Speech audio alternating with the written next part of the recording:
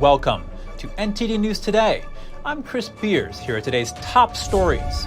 Former President Trump is indicted on federal charges over classified documents. Now he's crying election interference by President Biden. We'll speak to an expert. An FBI document allegedly has some incriminating allegations regarding President Biden, a Ukrainian gas company, and $5 million.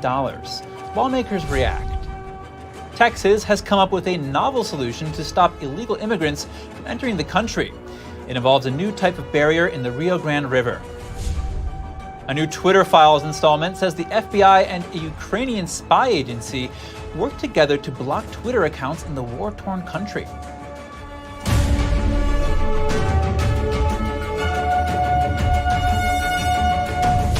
Former President Trump has been indicted again, this time on federal charges by special counsel Jack Smith. It's in connection with his handling of classified documents. Trump announced the news last night on Truth Social, saying he was informed by his attorneys that he's to appear in court in Miami next Tuesday. To discuss this development, I spoke with Lee Smith, Epoch TV host and author of The Plot Against the President.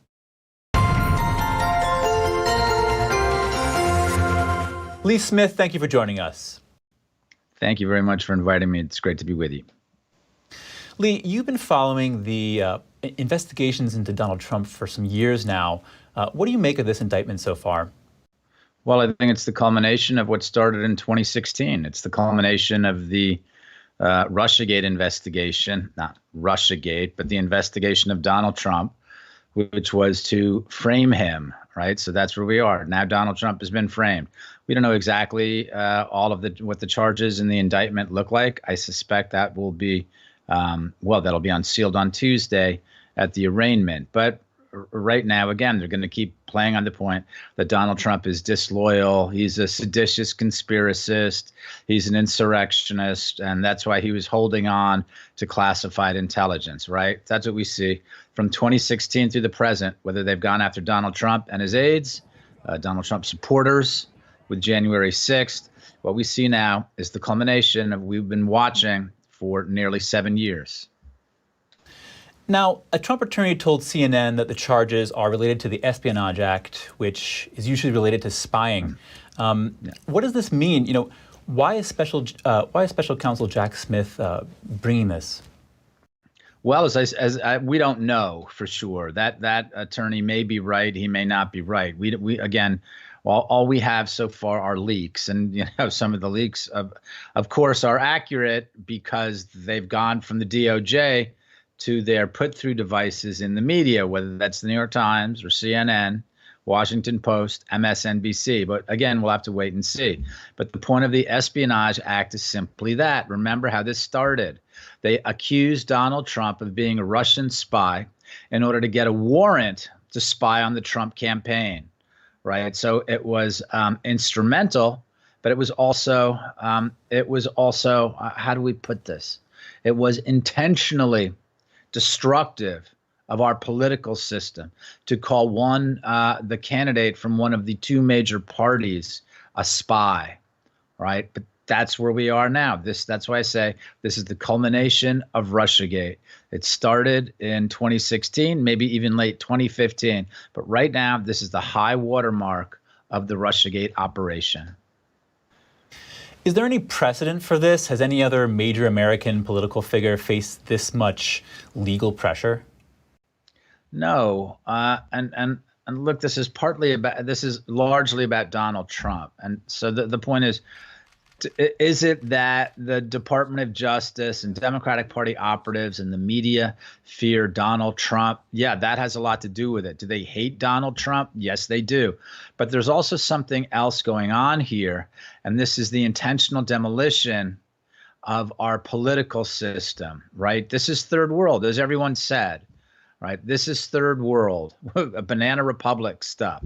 And so there are people who have decided to tear down our political system, never mind our justice system, and to make a run at it and see if they can turn it into a one-party state. And so far, there's been very little resistance, whether they shut down the country for COVID-19, whether they openly defrauded the American voter, the American electorate in 2020. And I say that based on what's been published in the Twitter files, how the FBI and Department of Justice concealed information regarding Joe and Hunter Biden. So this is not a conspiracy theory. This is based on FBI documents and internal Twitter documents that the FBI defrauded the American electorate in 2020. So we add all of these things together. And yes, certainly Donald Trump is in the middle of it. And they're certainly focusing on Donald Trump. But the larger play here is to destroy America's political system as it is and turn it into a one-party state led by a progressive junta. That's what's going on. Lee Smith, author of The Plot Against the President, thank you. Thank you, Chris.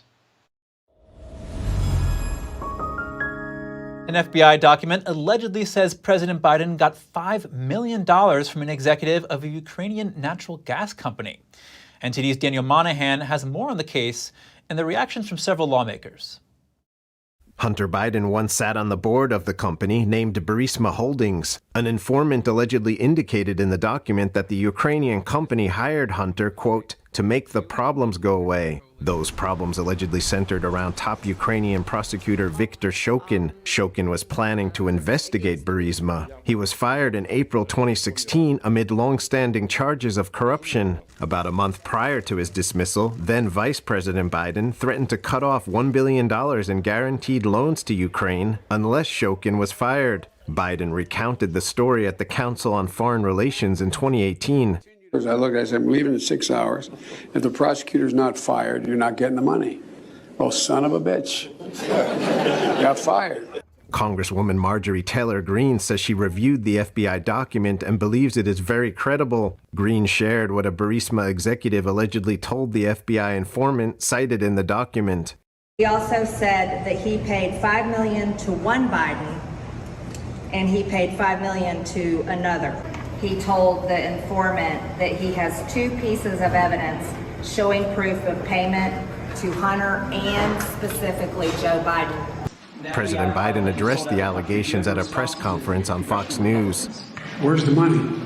I'm joking. Mr. President, it's a bunch of malarkey.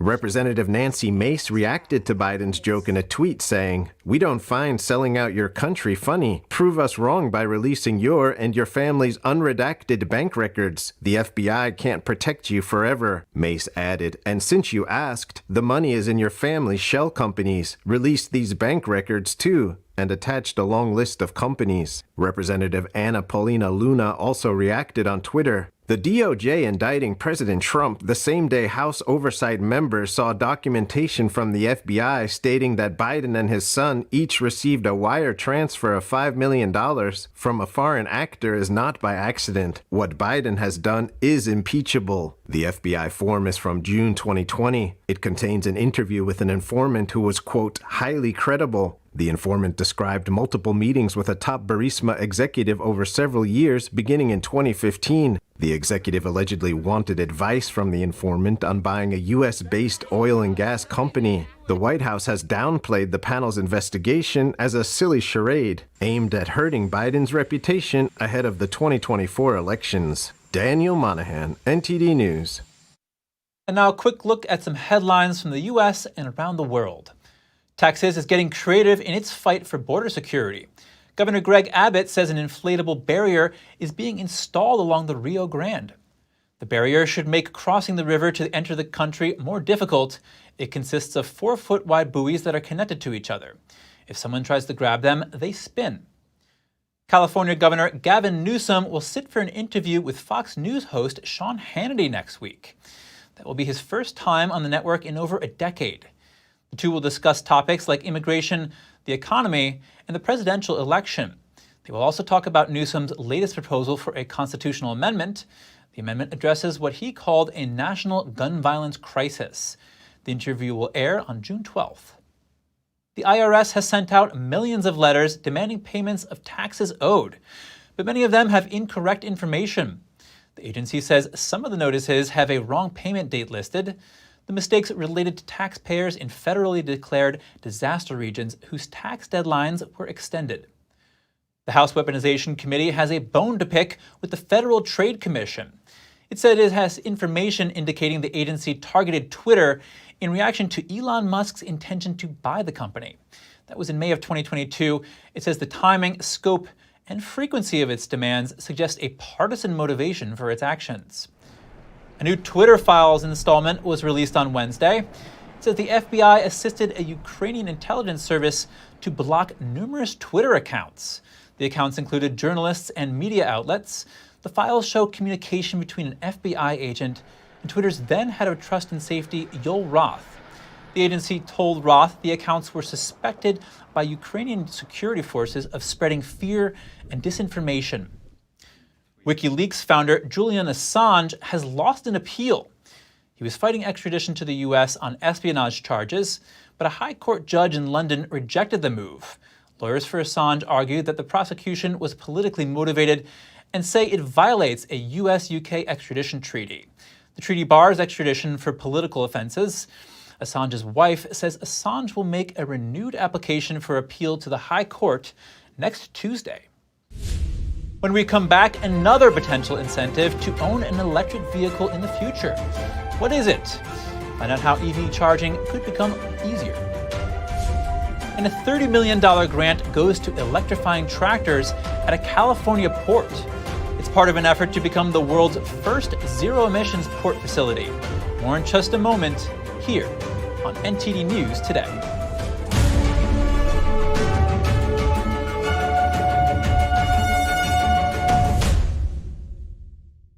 Share your favorite photos honoring Dad this Father's Day for a chance to win $1,000 in cash. Post your photos with the hashtag GJWBestDad. Enter before June 30th for your chance to win. Did you know ESG is impacting every part of your life? From rising gas prices to global food shortages to out-of-control inflation, even losing your freedom of speech and being censored on the internet. It's all being driven by ESG ideology. Who's in control? What can you do about it? Find out in The Shadow State, the first documentary exposing ESG. The ESG movement of governments and corporations operates in the shadows. Only the light of truth can expose it. Watch The Shadow State documentary, streaming now. According to ancient Chinese medicine, purslane is considered a medicinal herb and is used to help lower cholesterol, improve vascular functions, and prevent diabetes. Perilla seeds can nourish the lungs and spleen. It is used to treat asthma and improve pulmonary functions. Puritang green vegetable omega-3 is made from purslane and perilla seeds from Hwangmae Mountain in South Korea. It contains over 90% of omega-3, 6, 7, and 9, the highest concentration possible without chemical additives. The soft gel is made of natural seaweed. It is 100% organic and vegan. Both adults and children can take it with peace of mind. Ancient recipes were passed down from heaven to bring prosperity and longevity. Puritang green vegetable omega-3. Life doesn't always give you time to change the outcome. Prediabetes does. With early diagnosis, prediabetes can be reversed. Take the 1-minute prediabetes risk test today. Go to doihaveprediabetes.org. The homeless problem is getting worse, it's not getting better. Crime is getting worse, it's not getting better. Regulations are getting worse, it's not getting better. People are bailing on California in record numbers. Showing more than half of Californians are considering moving. It might be harder to find a U-Haul than to find your next home. The exodus of people moving out of California is not new. No sane person would want to leave California if they could make it here. For the first time ever, people are leaving. In 2020, California lost 650,000 people. Several high-profile companies have moved their headquarters. This place is going to sink. Watch, they already have high taxes. Our problems are man-made. All you have to do is pay attention. It's the money that's doing the talking, the California legislature. It can't go on forever like this. There's a lot of people that you would be surprised by their stories.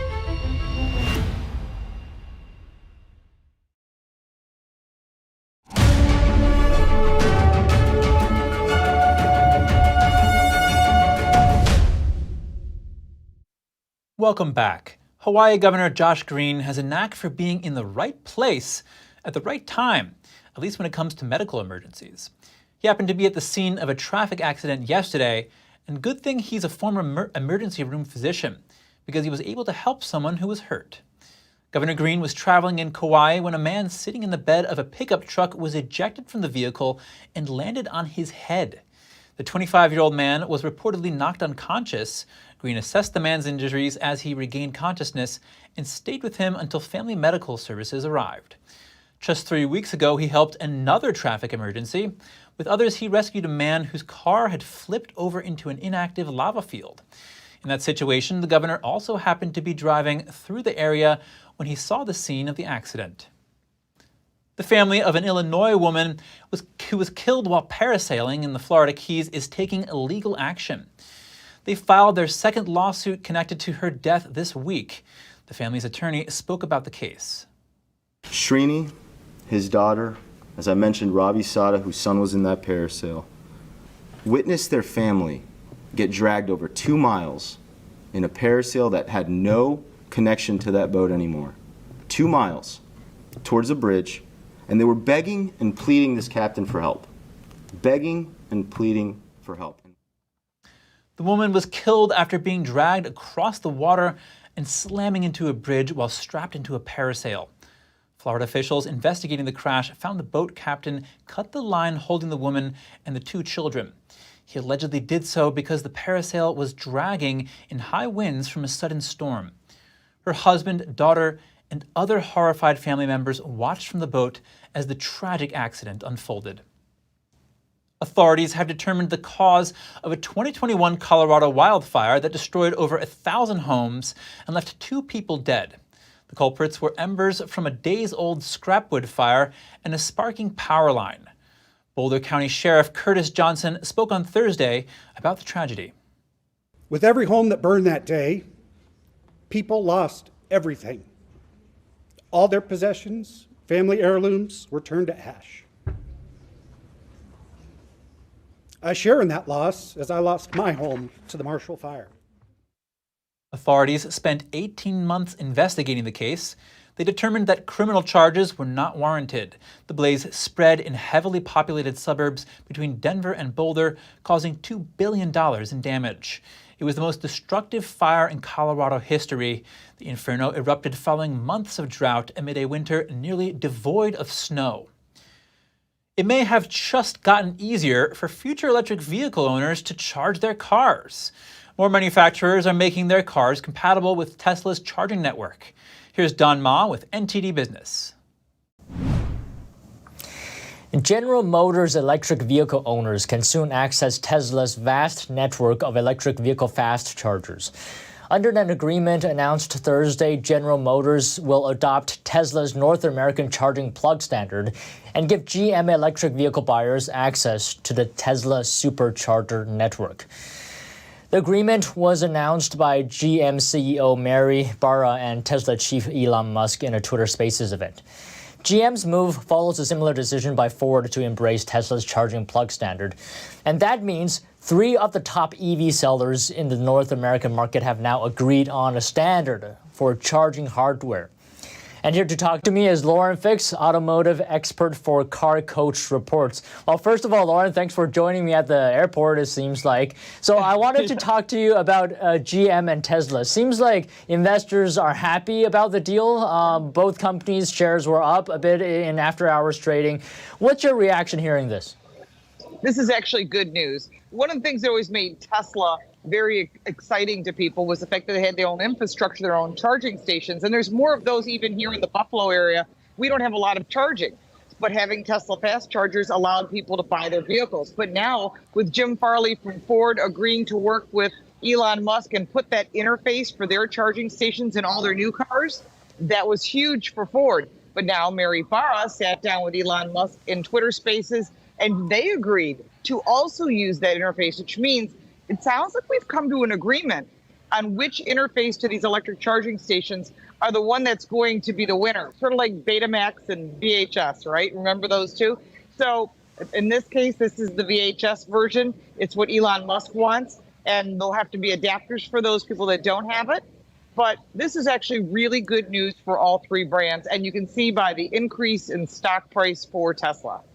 So is this going to be a huge deal for consumers in the end? Yes, I think it's a big deal for consumers. There's nothing more frustrating than getting to a charging station and it doesn't work, but there's a Tesla charger next to it you can't use. Well, now you'll be able to use it. You can buy an adapter today to make it usable, but unfortunately that gives you level 2 charging. This will give you the fast charging that is the level 3 charging that consumers want, so they can get charged up quicker. It's still not as fast as pumping gas, but it's certainly going to give some more options to consumers. Do you think this will eventually accelerate adoption of EVs? Will it have impact? I don't think it's going to accelerate the adoption of EVs, even though I know the government's pushing really hard. There's a lot of people are showing a lot of concerns. There's been a lot of negative news and a lot of true costs when you look into owning one. But what it will do is those people that do purchase an electric vehicle will get the benefit of having more places to charge rather than just at home. So at the end of the day, it's all about convenience. It absolutely is. It's got to be about charging, and until charging gets much quicker, basically it takes 8 minutes to fill up a tank of gas. Until it gets down to that 8 to 10 minute range, consumers are still questioning whether it's going to work for them. And some people, in my case, it doesn't work. I live far out and I prefer to have a gasoline powered vehicle, but there should be options. There should be hybrids, there should be gasoline, there should be plug-in hybrids and electric vehicles. Consumers make the choice, and they should, as in any free market, make the final decisions on what sells and what doesn't. All right. Thank you so much today, Lauren, at the airport, of all places. Pleasure speaking to you. Thank you. Now, Tesla, GM, and Ford together account for about 70% of current U.S. EV sales. Industry executives see different EV charging connectors as a barrier to wider consumer adoption of electric vehicles. A California port terminal is buying electric tractors with $30 million from the federal government. There's one stipulation. The tractors must be operated by people. NTD's Andrew Thomas has more on workers' attempts to keep their jobs in an era of energy transition and increased automation. Long Beach Container Terminal has purchased 60 electric tractors. Workers haul shipping containers from stacks. So we're working the vessel here with the ship-to-shore cranes, discharging, and this ship is now loading back after discharging the entire ship. And what we have here is a crane in which I have a man in the cab who's doing some of the work to and from loading and discharging the ship. The drivers will work alongside more than 100 automated vehicles and 70 driverless container stacking cranes. America's most automated port terminal aims to be emissions-free by 2030. The $30 million grant that we were awarded, it allows us to take really gets us 95% of the way to the balance of our emissions that we have here in this facility. The $30 million grant from the federal government is a fraction of the terminal's $2.5 billion modernization program. According to the EPA, the U.S. transportation sector is the nation's largest contributor of greenhouse gas emissions. I mean, every bit of fossil fuels will be eliminated from this operation. The maritime industry is a big producer of emissions in this region for the local communities, and LBCT is doing its part to make sure that we've reduced it down to zero, at least for our operation here at LBCT. Projects such as improving cargo efficiency and reducing emissions come with a catch. Equipment and infrastructure aren't allowed to result in net job loss, but the combination has proved effective so far. What we wanted to design was a terminal that was the most efficient, the most technologically advanced, and more importantly than anything, the cleanest container terminal in the world. And we've achieved that now that we're at complete build-out. Union members still secure containers on vessels, operate massive cranes, and set containers on the trailers of waiting semi-trucks. Andrew Thomas, NTD News. After the break, a former Afghan soldier and ally with the U.S. waits to hear if he'll be granted asylum. And a child pornography network on Instagram has been exposed by academics and journalists. But where is law enforcement? We'll have the details soon when we return.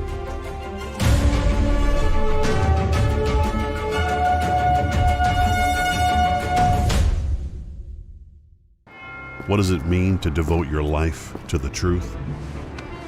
Does it mean investigating communist subversion here in America? Does it mean exposing the deadly fentanyl crisis in the Midwest? or spending late nights uncovering deep government corruption? Because at a time when America's traditional values are under attack, it's the responsibility of righteous journalists to uphold truth and tradition.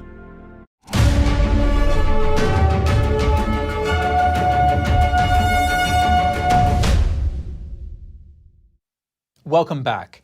Instagram's algorithm has been promoting accounts that openly sell child pornography. That's according to investigations by the Wall Street Journal and researchers at Stanford and the University of Massachusetts Amherst. I spoke with Andrew Selepak, a social media professor at the University of Florida, for his analysis on this alarming revelation. Andrew Selepak, thank you for joining us. Thank you. Andrew, child porn is illegal. How are accounts allowed to exist on accounts like this allowed to exist on social media in the first place?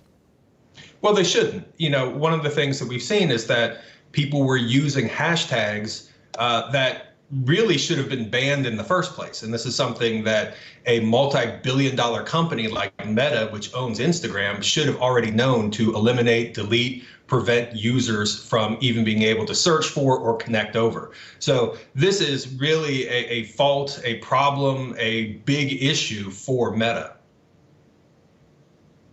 You know, social media companies have been, criticized by this article as being the sort of pimps of child pornography. How does this work? How does the algorithm actually promote these things to people?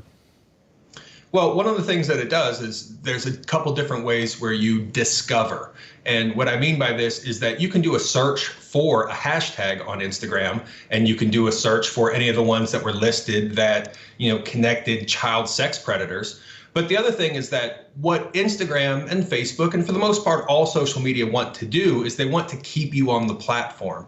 So to do this, they want to constantly show you content that you may like, and they're basing this off of the content that you've engaged with, the people that you follow. So it's a way to build communities. It's really ingrained into the system. The problem is if you have a community of people exchanging child pornography, it's literally set up to kind of connect you to other child pornographers, other people who like child pornography. So it's really baked into the system to connect people based on interest. It just so happens in this case, the interest was child pornography. Where's law enforcement here? You'd think that they would be very proactive about addressing this issue. I think that's one of the big things with this story that's the most concerning. Instagram basically said we've deleted over 400,000 accounts that were related to these child sex predator rings, but they didn't say if they reported it to the FBI. You have to assume that these accounts were across state lines, probably international accounts. You had people selling child pornography, creators of child pornography who would sell this content. So from that reason alone, you would think the FBI would be very highly involved in this, and that Instagram would be providing IP addresses, that Instagram would be looking at how money was exchanged between these different pedophiles and then people who consume child pornography, what additional third-party apps were being used to do this, was it being done with cryptocurrency? And that is a huge missing part. It really shouldn't be professors and academics who are finding child pornography and reporting on it. It should be the FBI, it should be Instagram, it should be social media platforms that are doing this and not rely on the average user to expose it. Maybe we'll start to see a change here. So last question, what can parents do to keep their kids safe from this, really toxic environment online? I think the biggest thing is that parents need to know what goes on social media. It's not enough just to know that your child is on there and maybe give them a couple warnings. Parents really need to understand the platforms. Parents need to know how they work, how their child can be exposed to different things, and then decide if they want their child to be on there. At the end of the day, social media is a nice way for people to connect, but if you're a child, is there really a big need to connect with whoever? One of the things we think about is not just, okay, well, who can a child potentially encounter, but it's also who those people are trying to encounter. There are people out there trying to encounter children. So they're purposely looking for kids. And from that perspective, I think parents not just need to know how these things work, but also make a big decision as to whether or not they should allow their child to be on there in the first place. All right, Andrew Selepak, social media professor at the University of Florida. Thank you. Thank you. It's been nearly 2 years since the chaotic withdrawal from Afghanistan. Scores of interpreters and other allies remain fearful under the Taliban regime. NTD's Andrew Thomas has the details on one Afghan soldier seeking asylum in the U.S. Afghan soldier Abdul Wasi Safi was eventually released from a Texas immigration detention center, but the days since have been filled with medical appointments. 50%, I lost right side also. I am 27 years old. I lost my 2 ears. Now he's living in Houston with his brother. He's getting treatment for injuries he suffered while making the journey to the US-Mexico border last year. He fled Afghanistan, fearing retribution from the Taliban following the US withdrawal in 2021. His brother does his best to reassure him. I have nothing to tell him but to say, be patient. God is great, be patient. That's why we come to mosque today in this holy month, asking God Almighty to guide us. Safi's anxious to see if he will be granted asylum. He's afraid he'll be deported. I'm scared of my life. I don't know about my future. I don't know what this government, what the United States do with me. It's a situation many Afghans who've come to the US are facing. Andrew Thomas, NTD News. Coming up, the 2 toddlers seriously injured in France are stable, as it's revealed that the attacker's asylum application was refused just 4 days ago. And both sides of the Ukraine war report of heavy fighting in the east and the south, a possible sign that Kyiv's counterattack is underway. More shortly here on NTD News Today.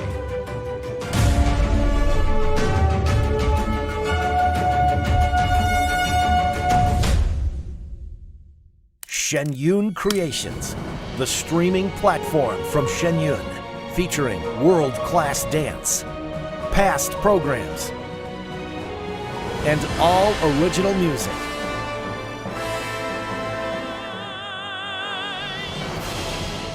Masterclasses, behind the scenes, comedy, and more.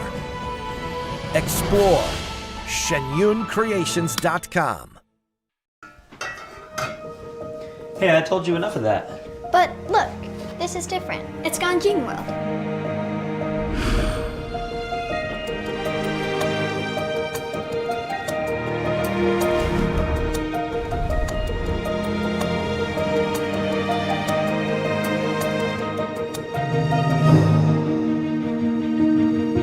Grande World.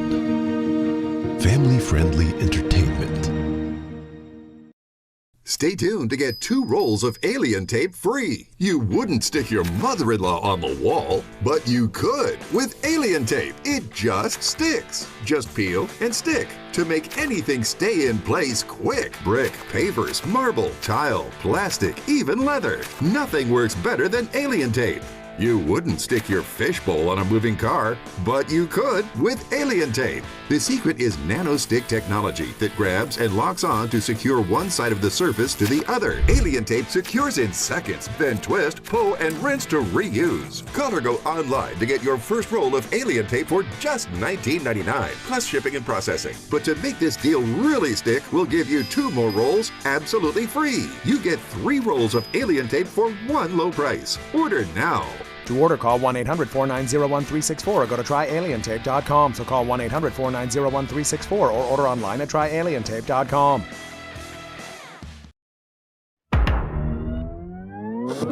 Tired of scrolling Netflix? Trying to find something that's worth watching? Want to skip the censorship in mainstream media? Well, now you can with Epic TV. New exclusive content every day with over 100 never-before-seen movies, films, and documentaries. Available and streaming now at your fingertips. For a limited time now, you can get 60% off Epic TV by subscribing or upgrading to a yearly plan. Plus, get an additional $10 credit to rent featured movies on Epic Cinema today. Skip mainstream narratives and find quality family entertainment from the comfort of your very own home. Say no to big tech and subscribe to Epic TV.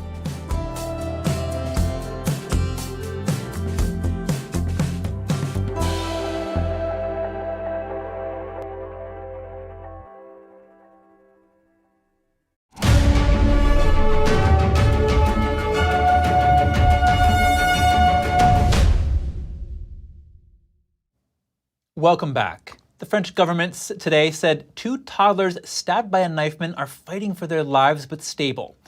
Emotions were high today as well-wishers laid flowers at the playground where the attack occurred.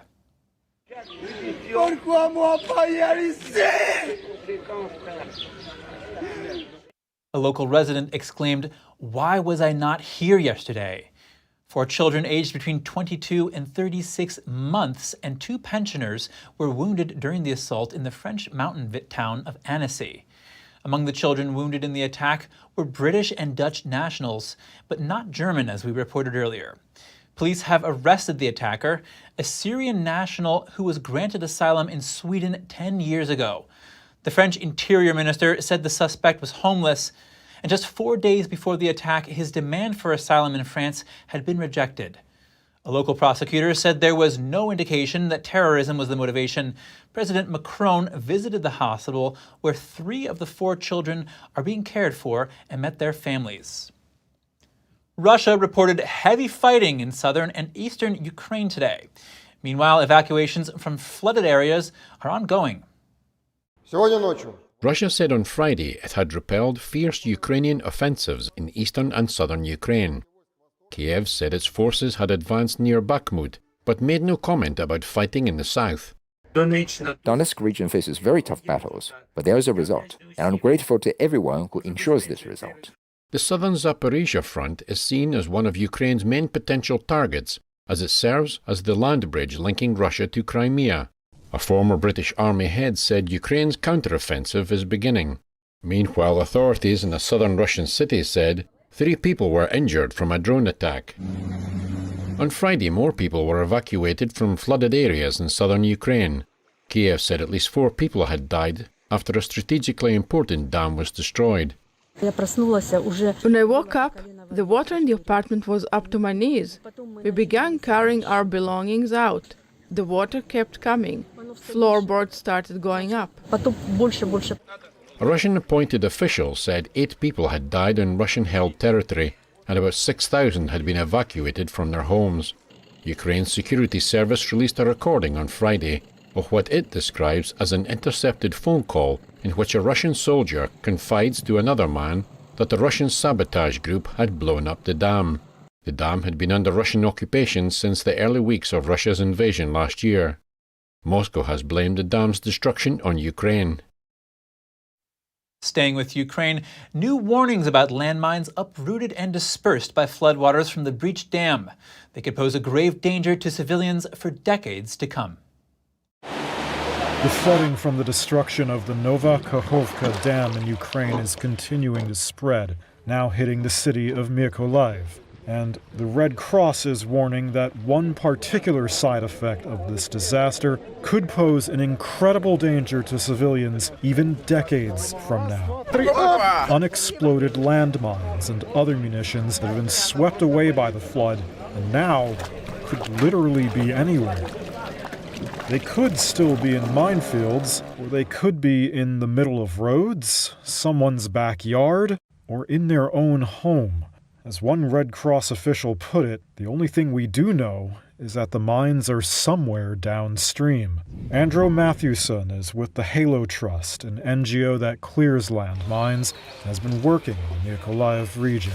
The immediate threat to us and our staff and civilians is the fact that mines might move, and that will lead to the need for us to resurvey these areas, remark them as minefields, and obviously reorganize ourselves in terms of how to approach the clearance problem. We've seen 5,000 mines in that region in the last month alone. It's basically impossible to give an estimate. I mean, the contamination is so massive. Meanwhile, evacuations from the flood are ongoing, but the fighting around it hasn't stopped. After 12 hours of negotiations, ministers from 27 European Union countries agreed yesterday on how to share the responsibility for looking after migrants and refugees. Under the deal, each country would be responsible for a set number of people, but would not necessarily have to take them in. Countries unwilling to receive refugees and illegal immigrants arriving to the EU would be able to help their hosting peers through cash, equipment, or personnel. Each migrant will cost around $22,000. While Poland and Hungary are opposed, the deal is to be finalized ahead of a 2024 European Parliament election. Hosting immigrants has become an increasingly divisive issue in the bloc since 2015. Europe's Border and Coast Guard Agency detected over 300,000 illegal border crossings at the external border in 2022, the highest in 6 years. One of Russia's longest-serving and most respected human rights campaigners went on trial yesterday. He faces the prospect of 3 years in jail. I don't understand this accusation at all, because I'm on trial for an opinion. I expressed my opinion, gave an assessment of what is happening in Russia and Ukraine. Orlov is charged with discrediting the armed forces based on an article he wrote denouncing Russia for waging the conflict. Orlov has been one of the leaders of the Memorial Human Rights Center for over 20 years. Memorial was founded in the Soviet Union to ensure the victims of communist repression would be remembered. The organization won a share of the Nobel Peace Prize in 2022, a year after being banned and dissolved in Russia. At the hearing, Orlov was supported by journalist Dmitry Muratov, also a Nobel Peace Prize winner. Since the beginning of the Ukraine war, Moscow has intensified its clampdown on all forms of political dissent. It's now an offense to discredit the armed forces or deviate from government accounts. Sentences range up to 15 years in jail. Up next, a huge reproduction of The Girl with a Pearl Earring is on display in the Netherlands. The new exhibit shows how Vermeer's masterpiece has changed over time.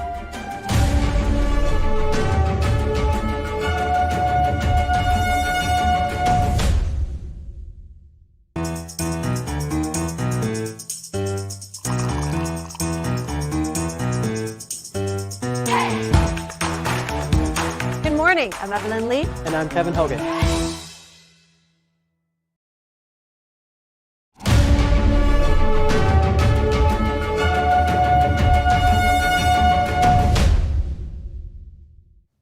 Welcome back. A huge reproduction of The Girl with a Pearl Earring is on display in The Hague. The new exhibit shows how Vermeer's masterpiece has changed over time. NTD's Andrew Thomas has the details. Girl with the Pearl Earring is bigger than ever. This 13-foot-high 3D print of the Johannes Vermeer masterpiece sits in the foyer of the Mauritshuis Museum. Visitors can feel the texture of the painting and see every tiny detail. Obviously, it's a painting that everyone knows and loves and is a big crowd favorite in the Mauritshuis, but we wanted our visitors to have a whole new experience about the painting. The new exhibit is called Who's That Girl? A presentation shows what the painting would have looked like in 1665. She has eyelashes that are now no longer visible because the paints have changed over time. So one part of this exhibition is showing how the girl would have looked when she was freshly painted by Vermeer in 1665. It took 88 hours to scan every detail of the painting. 3D printing the massive piece was a 200-hour endeavor. Hyrox was the company behind the technological feat. A painting, people think of it as a kind of a flat object, but it's not. Also, people think, once it's there forever. But there are a lot of things happening on the surface. Cracks are appearing, color degradation. Researchers have also traced where the painter's pigments originated. Some were from as far away as South America and Afghanistan. Who's That Girl runs until January 7th, 2024. Andrew Thomas, NTD News. A 10.5-carat diamond named the Eternal Pink sold at auction yesterday for just under $35 million. The gem is extremely rare for achieving the highest grade available for the already uncommon pink diamonds. It's also been classified as internally flawless. Pink diamonds have a history of fetching high values, but they've soared in the past few years. That's largely because a mine in Australia that produced most of the world's pink diamonds closed in 2020. This one is found in Botswana and fetched $34.8 million. Another pink diamond sold last year in Hong Kong was less than 1 carat heavier. It went for $58 million. On the same day, this 55-carat stunner sold for over $34 million at a Sotheby's auction. That makes it both the largest and most valuable gem of its kind. It's called Estrela de Fura, and it was part of a Sotheby's magnificent jewel sale. The ruby was found in Mozambique last July in a mine owned by Fura Gems. The rough stone was originally 101 carats before it was cut down. It was also the largest gem-quality ruby ever discovered.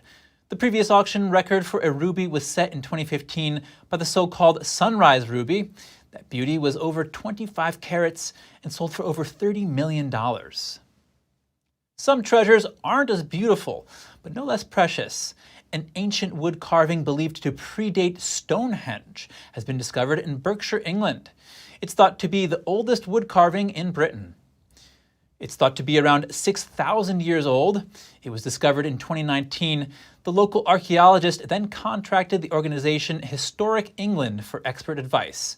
Now, Historic England has dated this specimen to the late Mesolithic period, around the years 4640 to 4605 BC.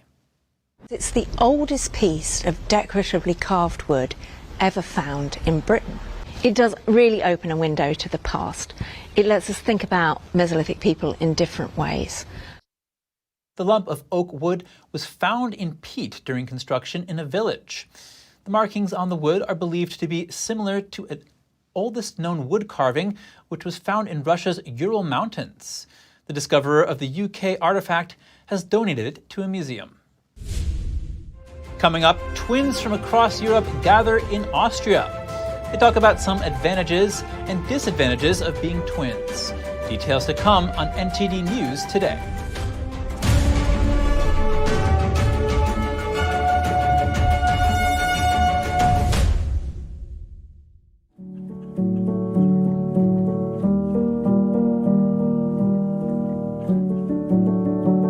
A painting that has true beauty.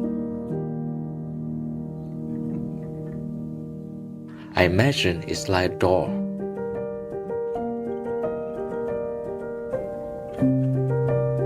The artist holds the key to open the door and bring people to a purer world.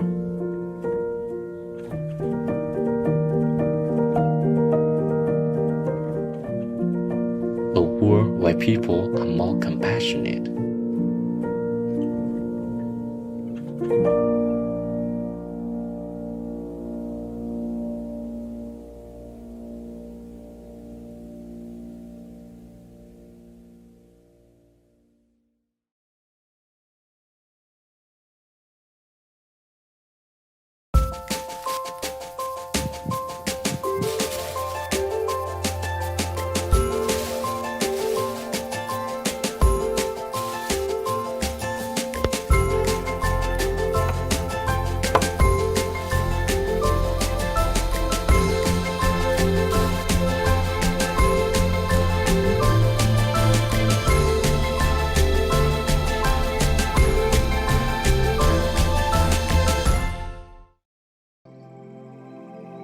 We're becoming more and more urban. We lose our connection with nature.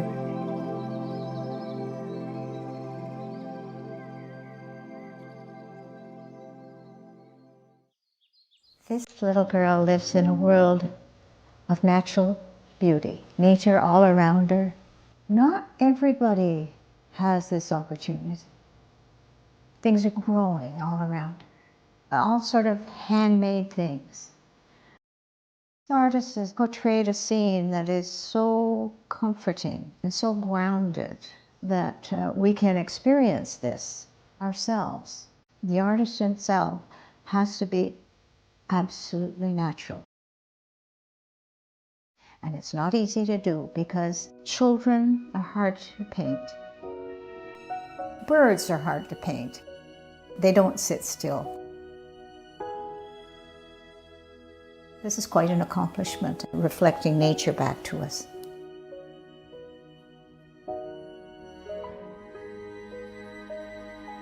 It's just a pure, natural painting.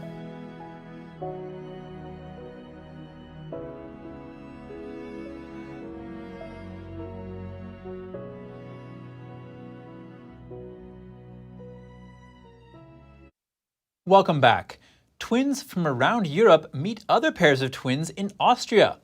The event is all laughs, fun, and a time to bond and share experience about what it's like to be a twin. NTD's Colin Fredrickson has more. Within the larger group of twins, pairs of twins felt good about no longer being the only ones to stand out in public. The special thing is that here we get to experience how others usually see us. We get a different point of view. Usually we are the twins and everyone is looking at us. But here it is a different perspective. Now we get to stare at a bunch of other twins. Some twins try to avoid being associated with their siblings in daily life, so they can be seen for their individuality. We usually make an effort to not look alike too much in daily life. We're wearing different pairs of glasses. We try to make sure that people regard us as two different persons and not as one. But sometimes it is not easy. The question, "Are you sisters?" is really annoying. But others use being twins to their advantage and use mistaken identity for some mischief. Of course. Take advantage of it if you have the opportunity. Peter took some important tests for me. He's much better in mathematics, and in exchange, I let him use my driver's license for some time.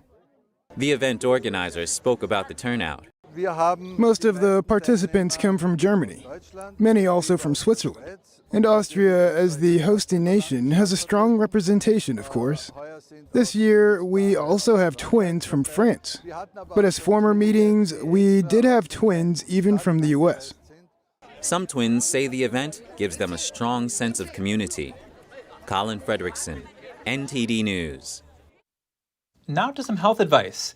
Ear infections are the most common pediatric complaint today. Most children will have had at least one by age 5. Let's get some tips on how to prevent them. Here's NTD's Gina Marie with Strong Mind and Body.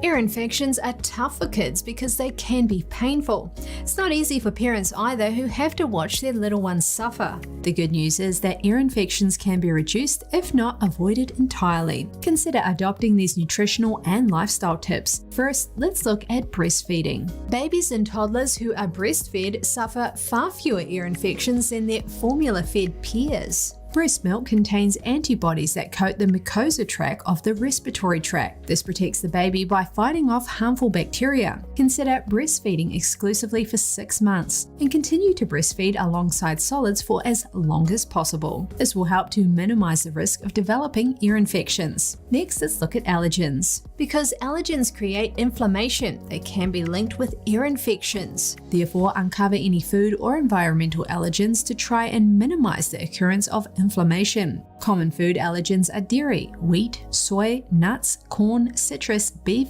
and chocolate. Next, let's look at dairy. If your child is prone to ear infections, you may want to consider removing dairy from their diet.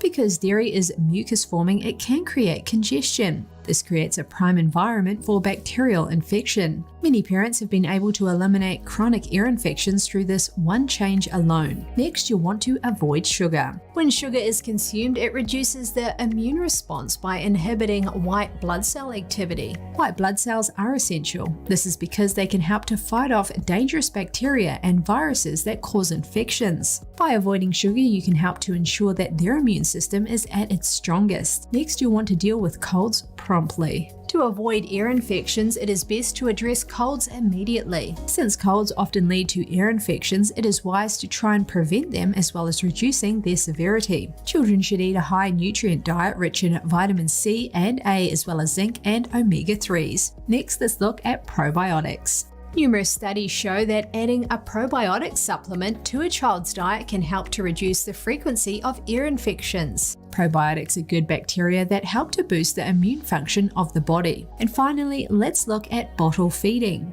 If you are feeding a baby with a bottle, remember to always feed them in an upright position. Because of the angle of the eustachian tube, milk or formula can get lodged in this tube. It can subsequently lead to ear infections. Although there is no surefire way to completely avoid ear infections, try these strategies to minimize their occurrence.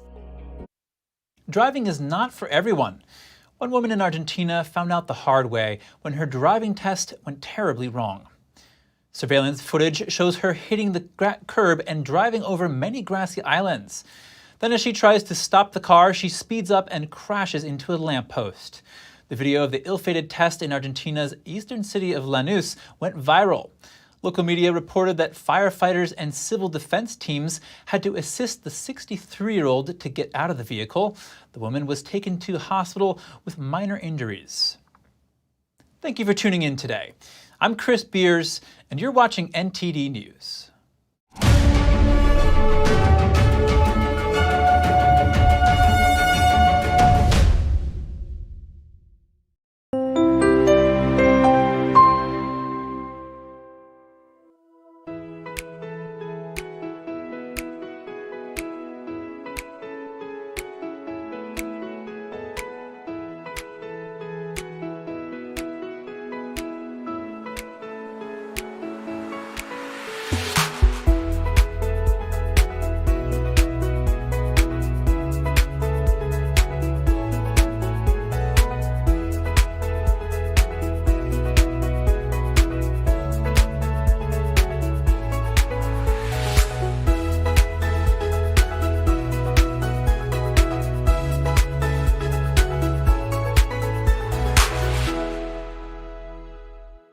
Thanks for watching us on YouTube. Did you know YouTube only keeps selective videos on its platform? So if you want to make sure you get the full picture, just subscribe to our newsletter. Go to newsletter.ntd.com and sign up. It's free.